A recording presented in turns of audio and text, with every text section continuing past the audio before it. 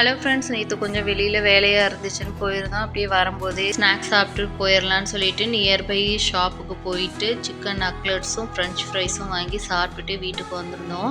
Night டின்னருக்கு வந்து ரொம்ப நாள் ஆயிடுச்சு மிளகு பொங்கல் வச்சுன்னு சொல்லிட்டு இன்றைக்கி மிளகு பொங்கல் வைக்கலான்ட்டு ரெடி பண்ணிக்கிட்டு இருந்தேன். ஃபஸ்ட்டு சாம்பாருக்கு வந்து எல்லாத்தையும் ரெடி பண்ணி எடுத்து குக்கரில் வச்சு ஒரு 3 விசில் போல் வச்சு எடுத்துட்டேன். அதுக்கப்புறம் வந்து லாஸ்ட்டாக கடுகு ஜீரகம் போட்டு தாளித்து விட்டுட்டு கொஞ்சமாக புளி கரைச்சி ஊற்றி வச்சுருந்தேன். சூப்பராக இருந்துச்சு பொங்கலுக்கு.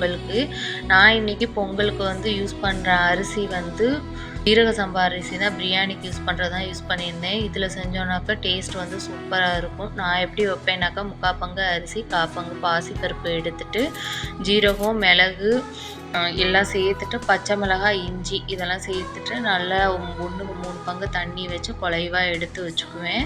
சாம்பார் வச்சு சூப்பராக நைட் டின்னர் முடிச்சாச்சு. நாளைக்கு ஒரு வீடியோவில் பார்க்கலாம். தேங்க்யூ ஃபார் வாட்சிங். பாய்.